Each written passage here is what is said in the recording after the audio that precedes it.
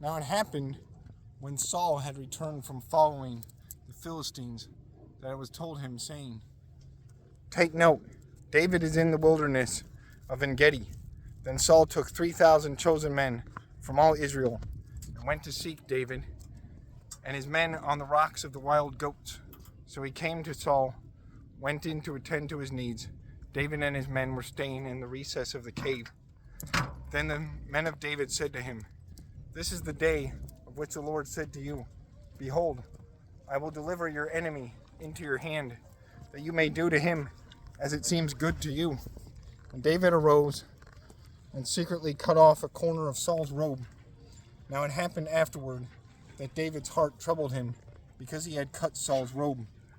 And he said to his men, "The Lord forbid that I should do this thing to my master, the Lord's anointed, to stretch out my hand against him, seeing he is the anointed of the Lord." So David restrained his servants with these words, and did not allow them to rise against Saul. And Saul got up from the cave and went on his way. David also rose afterward, went out of the cave, and called out to Saul, saying, "My lord, the king." And when Saul looked behind him, David stopped with his face to the earth and bowed down. And David said to Saul, "Why do you listen to the words of men who say, 'Indeed, David seeks your harm'? Look, this day your eyes have seen that the Lord delivered you today into my hand in the cave, and someone urged me to kill you, but my eyes spared you, and I said, I will not stretch out my hand against my Lord, for he is the Lord's anointed. Moreover, my father, see, the corner of your robe in my hand, for in that I cut off the corner of your robe and did not kill you. Know and see that there is neither evil nor rebellion in my hand, and I have not sinned against you. Yet you hunt my life to take it. Let the Lord judge between you and me, and let the Lord avenge me on you. But my hand shall not be against you.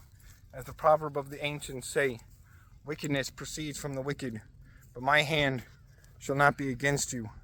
After whom has the king of Israel come out? Whom do you pursue? A dead dog? A flea? A dead dog? A flea? Therefore let the Lord be judge, and judge between you and me, and see and plead my case, and deliver me out of your hand." So it was, when David had finished speaking these words to Saul, that Saul said, "Is this your voice, my son David?" And Saul lifted up his voice and wept.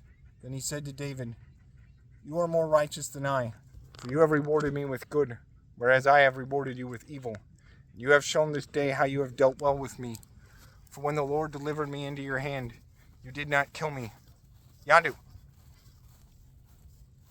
For if a man finds his enemy, will he let him get away safely? Therefore may the Lord reward you with good for what you have done to me this day.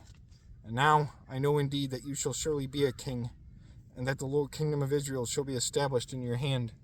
Therefore swear now to me, by the Lord, that you will not cut off my descendants after me, that you will not destroy my name from my father's house." So David swore to Saul, and Saul went home. But David and his men went up to the stronghold.